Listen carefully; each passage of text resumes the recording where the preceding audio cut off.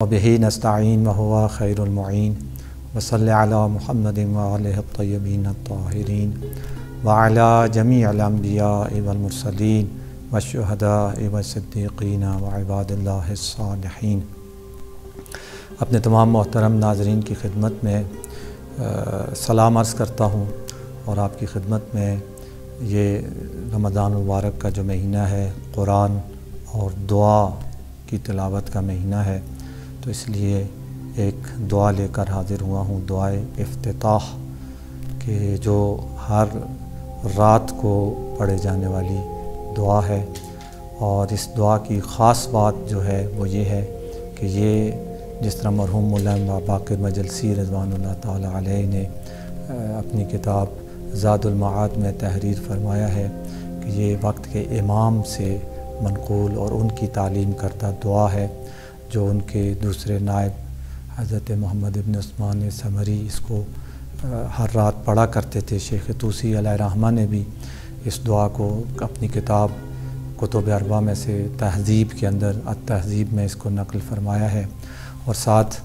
جو سال کے اعمال کی کتاب ہے شیخ طوسی رضوان اللہ علیہ کی مصباح المتہجد، اس کے اندر بھی اس دعا کو تحریر کیا ہے۔ اور اسی طرح سید ابن طاؤس رضوان اللہ علیہ نے اقبال الاعمال میں اس دعا کو نقل کیا ہے، اور مولانا باقر مجلسی رضوان اللہ علیہ نے بحار الانوار میں بھی اس دعا کو روایت کیا ہے، اور اپنی کتاب زاد المعاد میں بھی اس دعا کو روایت کیا ہے۔ اور اس میں زاد المعاد میں ظاہراً وہ بڑا ایک خوبصورت جملہ بھی ہے اس دعا کے بارے میں، جو محبان امام زمان علیہ السلام کے لیے خاص توجہ کا طالب ہے، کہ اس میں وہ کہتے ہیں کہ کأنہ کتب الی شیعتہ، کہ یہ دعا امام نے اپنے شیعوں کی طرف لکھ کر بھیجی، اور فرمایا کہ ان یقرؤوا ھذا الدعاء کل لیلۃ من لیالی شہر رمضان، کہ رمضان مبارک کی راتوں میں ہر رات اس دعا کو وہ یعنی شیعہ پڑھا کریں۔ تو یہ بہت عظیم المرتبت اور جلیل القدر دعا ہے، اور اس نے واقعاً ماہ مبارک کی دعاؤں میں اپنی ایک شناخت اور اپنا ایک مقام بنایا ہے اس دعا نے اپنے ان مطالب کے ذریعے سے، وگرنہ رمضان المبارک دعاؤں کے اعتبار سے ایک غنی اور بے نیاز مہینہ ہے، یعنی ایک سے بڑھ کر ایک بہترین دعا آپ کو ماہ مبارک کے اعمال میں ملے گی۔ دعائے یہ جو یا علی و یا عظیم و ہے، اللہم ادخل علی اہل القبور السرور، اور بہت ساری ایسی دعائیں جو نمازوں کے بعد پڑھی جاتی ہیں، یا دعائے سحر ہے امام محمد باقر علیہ السلام سے منقول دعا، کہ بہت ہی بلند مطالب پر مشتمل یہ دعا ہے، کہ خمینی کبیر رضوان اللہ تعالی علیہ نے اپنی ایک کتاب شرح دعائے سحر کے نام سے لکھی، اسی دعائے سحر کی شرح کے طور پر۔ اور دعائے ابو حمزہ صومالی کی عجیب معارف توحیدی کے اوپر مشتمل یہ دعا،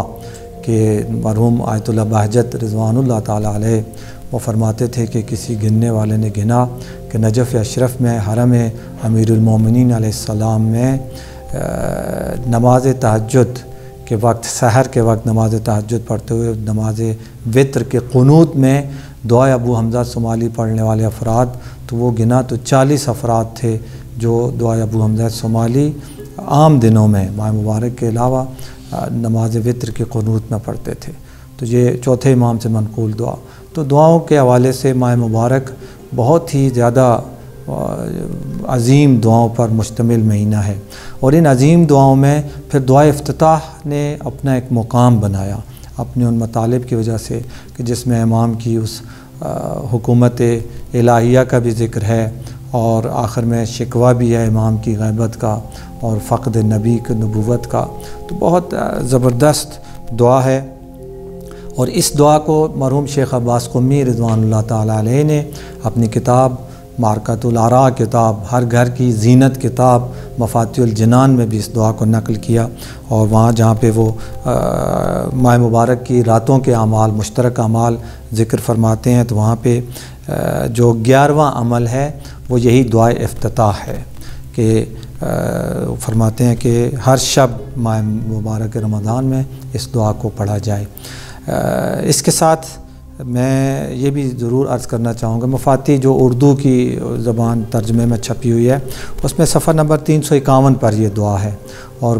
باب اور عنوان کے اعتبار سے دیکھیں گے تو جو ماہ مبارک کی راتوں کے اعمال ہیں اس راتوں کے اعمال کے باب میں یہ 11واں عمل ہے دعائے افتتاح، اور اس سے پہلے جو 9واں عمل ہے، 9ویں ایک دعا ہے، چھوٹی سی دعا ہے کہ چھٹے امام سے ظاہراً روایت ہے کہ جو اس دعا کو ہر شب رمضان المبارک میں پڑھے گا خدا متعال اس کے 40 سال کے گناہ معاف کر دے گا۔ تو وہ 2-3 لائنیں ہیں، میں اپنے محترم ناظرین کو کی خدمت میں عرض کروں گا کہ اس دعا کو بھی ضرور ہر شب پڑھیں، اور اگر باقاعدہ اس طرح نہیں پڑھ سکتے مفاتیح کھول کر تو اس کو زبانی یاد کر لے آدمی، 2-3 لائنیں ہیں حفظ کر لے، اور نماز عشاء کے قنوت میں مثلا اس دعا کو پڑھا جائے یا نماز عشاء کے بعد اس دعا کو پڑھا جائے تو وہ دعا بھی بہت فائدہ مند ہے اس حوالے سے۔ اللہم ربا شہر رمضان الذی انزلت فیہ القرآن وافترضت علی عبادک فیہ الصیام الی آخری، یہ دعا جو ہے چھوٹی سی دعا ہے تو یہ بھی ضرور پڑھیں۔ تو دعائے افتتاح لے کر میں آپ کی خدمت میں حاضر ہوا ہوں، انشاءاللہ ان آنے والے دنوں میں، اور آج ہم اس دعائے افتتاح کو پڑھیں گے، اس کا ترجمہ پڑھیں گے، جو تھوڑی بہت وضاحت ممکن ہوئی وہ آپ کی خدمت میں عرض کروں گا تاکہ ہم اس دعائے افتتاح کے ساتھ آشنا اور مانوس ہو سکیں۔ اس دعا کا آغاز چونکہ افتتحو سے ہوتا ہے، اللہم انی افتتح الثناء بحمدک، تو یہ افتتحو کی وجہ سے ظاہراً اس کا نام افتتاح پڑا ہے، کہ اس کو افتتاح کہا جاتا ہے۔ تو اللہم انی افتتح الثناء بحمدک، جس طرح کہ اہل بیت علیہ السلام نے دعا کے آداب میں ہمیں یہ تعلیم دیا ہے کہ کوئی بھی دعا مانگنا چاہیں تو سب سے پہلے خدا متعال کی حمد و ثنا بجا لائی جائے۔ تو اسی فرمان کو مد نظر رکھتے ہوئے، اسی طریقہ کار کو مد نظر رکھتے ہوئے، اور چونکہ یہ خود اہل بیت سے منقول ہے تو اس میں بھی اسی طرح آغاز ہے کہ اللہم انی افتتح الثناء بحمدک، اے میرے معبود بے شک میں شروع کر رہا ہوں تیری ثنا بحمدک، تیری حمد کے ذریعے سے۔ ظاہراً جو ثنا اور حمد دونوں کا اردو میں اگر ترجمہ کریں تو وہی تعریف شمار ہوتا ہے، تعریف ترجمہ ہے، لیکن جس طرح بتایا گیا ہے کہ ایک فرق ہے ثنا اور حمد میں۔ حمد ایک بار ہوتی ہے، اور ثنا جو مسلسل ہو، پے در پے ہو، پشت سر ہم ہو، مسلسل جو ہو، اسے اس حمد کو پھر ثنا کہا جاتا ہے۔ چونکہ خدا متعال کی نعمتیں، اس میں بھی آگے آئے گا خیرک الینا نازل، تیری نعمتیں مسلسل ہمارے اوپر نازل ہوتی ہیں، اور اس دعا میں ذکر آئے گا۔ تو چونکہ اس کی نعمتیں مسلسل آ رہی ہیں تو اس لیے ہمیں اس کی حمد اور ثنا بھی مسلسل کرنا چاہیے۔ اور افتتحو خود فعل مضارع ہے، اور اہل علم جانتے ہیں کہ مضارع استمرار پہ دلالت کرتا ہے، یعنی پے در پے، پشت سر ہم، مسلسل کے اوپر دلالت کرتا ہے، یعنی میں مسلسل تیری ثنا سے شروع کرتا ہوں، تیری ثنا کرتا ہوں تیری حمد کے ساتھ مسلسل۔ اور جب ہر شب ماہ مبارک میں یہ دعا پڑھی جائے گی، 30 راتیں ملتی ہیں تو 30 راتوں میں پڑھی جائے گی، 29 راتیں ملتی ہیں تو 29 راتوں میں یہ دعا پڑھی جائے گی، تو پھر انسان حقیقی معنوں میں کہہ سکتا ہے کہ میں نے مستمر اور مسلسل تیری ثنا کی، تیری حمد کے ساتھ۔ وَأَنْتَ مُسَدِّدٌ لِلصَّوَابِ بِمَنِّكَ، اور بے شک تو ہی ہے جو رہنمائی کرتا ہے ثواب کی طرف،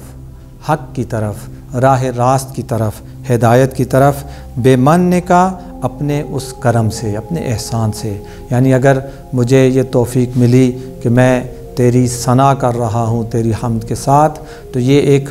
حق بات ہے، یہ ایک راہ راست ہے، سیدھا راستہ ہے، ہدایت کا راستہ ہے۔ تو اس ہدایت کے راستے کی بھی رہنمائی تو نے اپنے لطف و کرم سے فرمائی ہے۔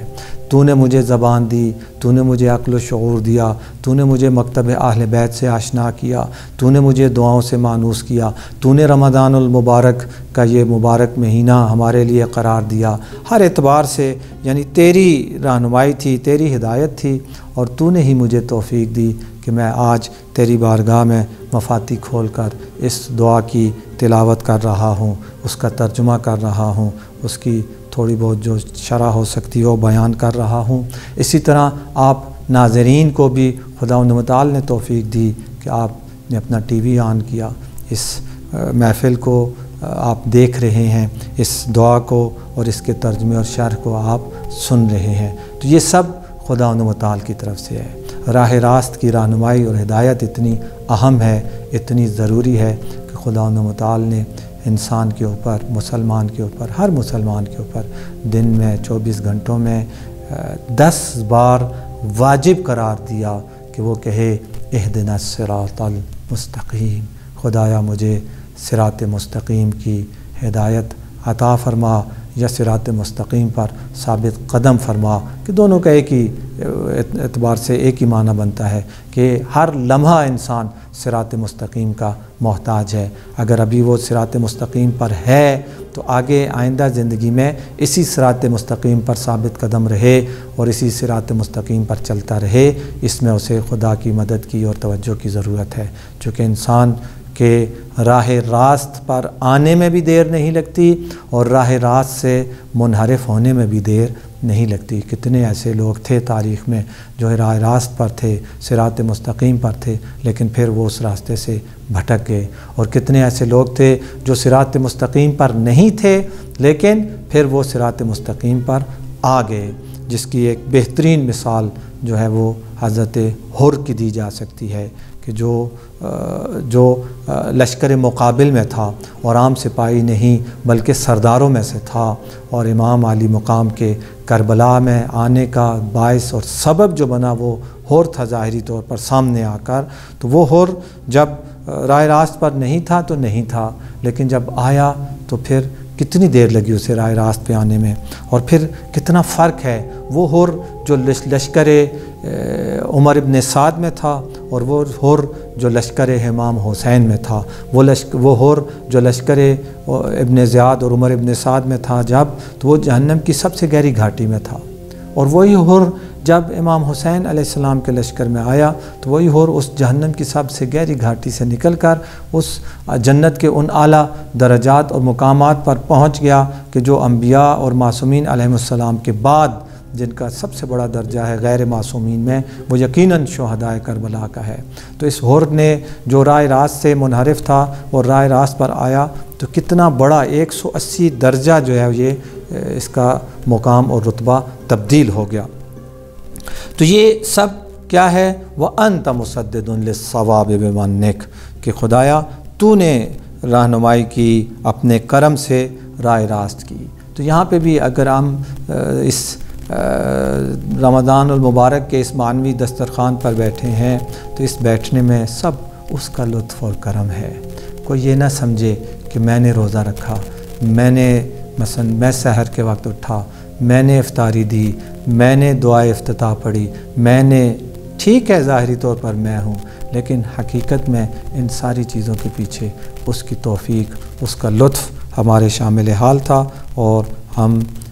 نعمہ مبارک کی برکتوں سے ابھی تک جو استفادہ کیا یہ سب اس کی توفیق تھی، اس نے ہمیں ہمت دی، اور آنے والے دنوں میں بھی ہم اس کی توفیق اور اس کے لطف کے منتظر اور متلاشی ہیں کہ وہ اس کا یہ لطف اسی طرح سے ہمارے شامل حال رہے اور ہم ماہ مبارک کی برکتوں، مغفرتوں اور رحمتوں سے استفادہ کرتے رہیں۔ تو یہ پہلا جملہ ہے اس دعا کا کہ اللہم انی افتتح الثناء بحمدک وانت مسدد للصواب بمنک، کہ میں اپنی ثنا کا آغاز کرتا ہوں تیری حمد کے ساتھ، اور بے شک تو ہی راہ راست کی رہنمائی کرنے والا ہے اپنے کرم سے۔ وَأَيْقَنْتُ أَنَّكَ أَنْتَ أَرْحَمُ الرَّاحِمِينَ،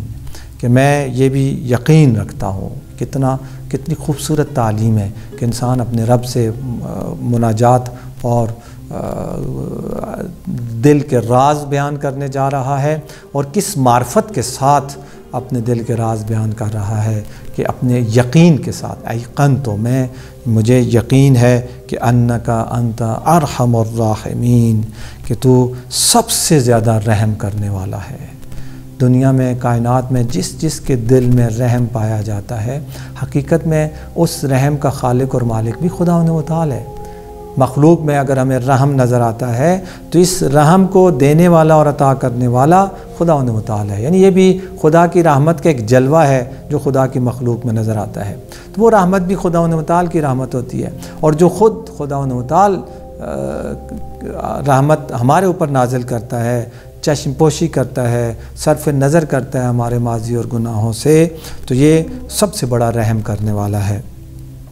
فی موضع العفو والرحمہ، کہ اللہ کی رحمت شامل حال ہوتی ہے لیکن اپنے مقام پر، ایک موضع پر، ایک جگہ ہے۔ وہ جگہ کون سی ہے؟ عفو اور رحمت کی جگہ پر۔ اس کو ہم حسن طلب بھی کہہ سکتے ہیں۔ یہ خداوند متعال سے مانگنے کا ایک بہترین طریقہ جو ہے وہ یہ ہے کہ انسان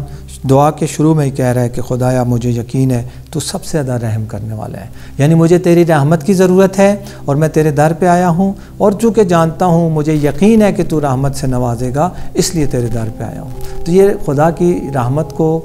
طلب کرنے کا ایک باادب طریقہ ہے کہ انت ارحم الراحمین فی موضع العفو والرحمہ، کہ جہاں پہ عفو اور معاف کرنے کی ضرورت پیش آئے گی تو سب سے بہترین معاف کرنے والا ہے، جہاں پہ رحمت کی ضرورت پیش آئے گی تو سب سے زیادہ رحمت سے کام لینے والا ہے۔ کسی اور کے ہم در پہ جائیں گے، اس کی منت سماجت کریں گے، شاید وہ بھی ہم پہ رحم کھا جائے اور کوئی نہ کوئی مثلا ہماری مدد کر دے، لیکن وہ کہاں اور تو کہاں؟ تو سب سے بڑا رحمت سے کام لینے والا ہے۔ تو یہ بہت خوبصورت حسن طلب ہے خداوند متعال سے کہ خدایا میں اپنی تیری ثنا سے تیری ثنا کا حمد کے ساتھ آغاز کر رہا ہوں، اور اس یقین کے ساتھ آغاز کر رہا ہوں کہ تو سب سے زیادہ رحم کرنے والا ہے، چونکہ مجھے تیری رحمت کی ضرورت ہے، مجھے تیرے عفو اور مغفرت کی ضرورت ہے۔ یہ ایک یقین، دو اور یقین بھی ہیں اس دعا میں۔ وَأَشَدُّ الْمُعَاقِبِينَ فِي مَوْضِعِ النِّقَالِ وَالنَّقِمَةِ، اور مجھے یہ بھی یقین ہے کہ جب تو انتقام لینا چاہتا ہے، جب تو کسی کو سزا دینا چاہتا ہے، تو پھر تجھ سے زیادہ سخت سزا دینے والا اس کائنات میں کوئی نہیں۔ اور یہ بھی میں کہوں گا کہ یہ بھی ایک قسم کا وہی خدا کی بارگاہ میں ادب کے ساتھ ایک تقاضا کیا جا رہا ہے کہ میں یقین رکھتا ہوں تو بہت سخت عذاب کرنے والا ہے، اس لیے میں تیرے عذاب سے بچنا چاہتا ہوں، تیرے در پہ آیا ہوں۔ اور اگلا جو تیسرا یقین ہے، ایک اشد المعاقبین، ایک ارحم الراحمین، اور تیسرا جو یقین ہے وہ کیا ہے؟ وہ ہے اعظم المتجبرین، سب سے بڑا تلافی کرنے والا۔ جبر یعنی خالی جگہ کو پر کرنا، جیسے آپ ایک بڑے برتن میں سے ایک گلاس پانی نکالتے ہیں، تو جیسے ہی آپ وہ گلاس بھر کے باہر نکالتے ہیں تو پیچھے جو پانی ہوتا ہے، باقی سائیڈوں والا پانی، وہ اس کی جگہ کو پر کر لیتا ہے، اس کو کہتے ہیں جبر۔ تو اعظم المتجبرین، کہ یہ بھی ادب کے ساتھ خدا سے طلب ہے کہ اگر مجھے رحمت کی ضرورت ہے، میں رحمت یقیناً ضرورت ہے، تو سب سے زیادہ رحم کرنے والا ہے، اور اگر خدا نخواستہ میں تیرے عذاب اور تیری سزا کا مستحق ہوں تو سب سے زیادہ سخت سزا دینے والا ہے، اور خدایا میں تیری سخت سزا برداشت کرنے کے قابل نہیں، اور جو بھی مجھ میں کمی کوتاہی پائی جاتی ہے تو اعظم المتجبرین ہے، تو سب سے بہترین جبران کرنے والا، تلافی کرنے والا ہے، اور مجھے سب سے زیادہ تیری اس تلافی کی ضرورت ہے۔ جو میری گزشتہ زندگی میں، ماضی میں مجھ سے کمیاں رہ گئیں، کوتاہیاں ہوئیں، ان کوتاہیوں کی تلافی کرنے والا تو سب سے بہترین اور سب سے بڑا ہے۔ فی موضع الکبریاء والعظمہ، کہ خدا اپنی کبریائی اور اپنی عظمت کے مقام پہ جب آتا ہے تو پھر ہر قسم کی کوتاہی کی تلافی کر دیتا ہے۔ تو ان تین یقینوں میں ہم نے خداوند متعال سے ادب کے ساتھ اس کی رحمت بھی مانگی، اس کی مغفرت بھی مانگی، اور اس کے عذاب سے نجات بھی مانگی، اور جو ہم سے ماضی گزشتہ زندگی میں کمیاں کوتاہیاں ہوئی ہیں ان کی تلافی بھی ہم نے اس سے ادب کے ساتھ مانگی۔ اور پھر اس کے بعد ایک باادب دعا کرنے والے کی طرح انسان کہتا ہے کہ اللہم اذن لی فی دعائک و مسئلتک، خدایا تو نے مجھے اذن دیا، تو نے مجھے اجازت دی، تو میں نے آ کے تیری بارگاہ میں دعا مانگی، یعنی یہ جو میں دعا مانگنے جا رہا ہوں، اس دعا مانگنے کا اذن تو نے مجھے عطا کیا، جس طرح شروع میں تھا کہ انت مسدد للصواب بمنک، کہ تو سب سے بہترین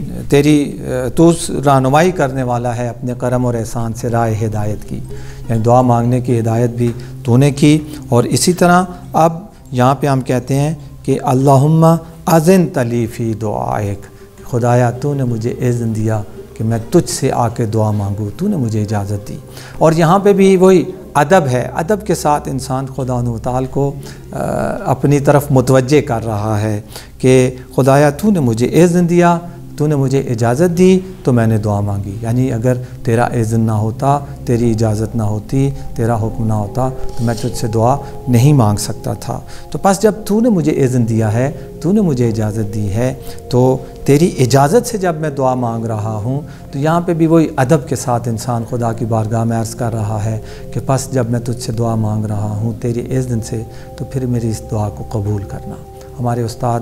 خدا انہیں اپنے حفظ و امان میں رکھے بہت اچھی اس کے لیے مثال دیا کرتے تھے۔ وہ کہتے تھے اگر انسان مارکیٹ میں جاتا ہے، کوئی چیز خریدتا ہے، سامان لیتا ہے، گھر کے پاس ہی جو دکان ہے وہاں سے تھوڑے پیسے لے کے جاتا ہے، اس سے وہ چیزیں خرید لیتا ہے، اور جب سامان لے کے دکان سے باہر نکلتا ہے، باہر کوئی اگر مانگنے والا مل جائے اور اس کی جیب خالی ہو چکی ہے، تو چونکہ اس کا گھر قریب ہی ہے تو یہ اس کو کہتا ہے کہ آؤ میرے ساتھ میرے گھر، میرے دروازے پہ آؤ، میں سامان رکھ کے کچھ کرتا ہوں،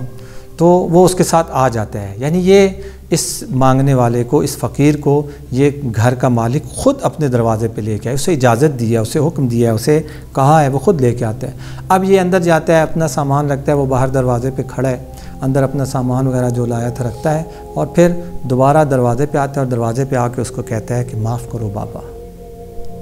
ہم تصور بھی نہیں کر سکتے کہ کوئی شخص کسی فقیر، کسی ضرورت مند کے ساتھ اس طرح سے پیش آئے۔ ایک عام انسان، ایک محتاج اور ایک بہت ساری خامیوں کا مرکب انسان یہ تصور نہیں کر سکتا کہ کسی کو اپنے گھر کے دروازے پہ بلا کر اور پھر بلانے کے بعد کہے کہ معاف کرو بابا۔ تو یہاں پہ بھی ہم یہی چیز خدا و تعالی کی بارگاہ میں عرض کر رہے ہیں کہ اللہم اذن لی فی دعائک، تو نے مجھے اذن دیا، تو نے مجھے کہا دعا مانگنے کے لیے۔ قرآن میں ادعونی استجب لکم، تو نے مجھے کہا دعا مانگنے کے لیے، اب میں دعا مانگ رہا ہوں۔ ومسألتک، اور سوال کرنے کا تو نے مجھے حکم دیا اور میں تجھ سے سوال کر رہا ہوں۔ فاسمع یا سمیع مدحتی، بس میری مدحت کو، میری حمد و ثنا کو، اے سب سے بہترین اور ہمیشہ سننے والے، میری اس مدحت کو تو سن۔ فاسمع یا سمیع مدحتی۔ تو آج کی گفتگو کو اسی مقام پہ ہم ختم کرتے ہیں۔ انشاءاللہ کل پھر اسی حوالے سے مزید آگے عرض کروں گا کہ ابھی تک جو ہم نے اس دعا میں پڑھا وہ یہی تھا کہ ہم نے خدا کی حمد و ثنا کے ساتھ، اس یقین کے ساتھ اپنی دعا کو شروع کیا کہ وہ سب سے زیادہ رحم اور عفو سے کام لینے والا ہے، وہ سب سے زیادہ سخت عذاب اور سزا دینے والا ہے، اور وہ سب سے بڑا اور بہترین غلطیوں کوتاہیوں کی اور خامیوں کی تلافی کرنے والا ہے، اور اس کی اجازت سے ہم نے دعا پڑھی، دعا کا آغاز کیا، اور اس توقع کے ساتھ کہ وہ یقیناً ہماری اس دعا کو سنے گا۔ تو ہم بھی اس دعا افتتاح کا اس ماہ مبارک میں، آج کی اس محفل میں ہم نے آغاز کیا ہے اس یقین اور اس دعا کے ساتھ کہ خدا و تعالی ہمیں توفیق دے گا، ہم اس دعا افتتاح کو اپنے اس کے اختتام تک آپ کی خدمت میں پہنچائیں گے، اور خدا و تعالی سے دعا ہے کہ میری، آپ کی اور ہمارے یہ جو محترم ہدایت ٹی وی والے ہمارے منتظمین ہیں، ان سب کی کاوشوں کو اپنی بارگاہ میں قبول و منظور فرمائے۔ والحمدللہ رب العالمین، وصلی اللہ علی محمد و آلہ الطاہرین۔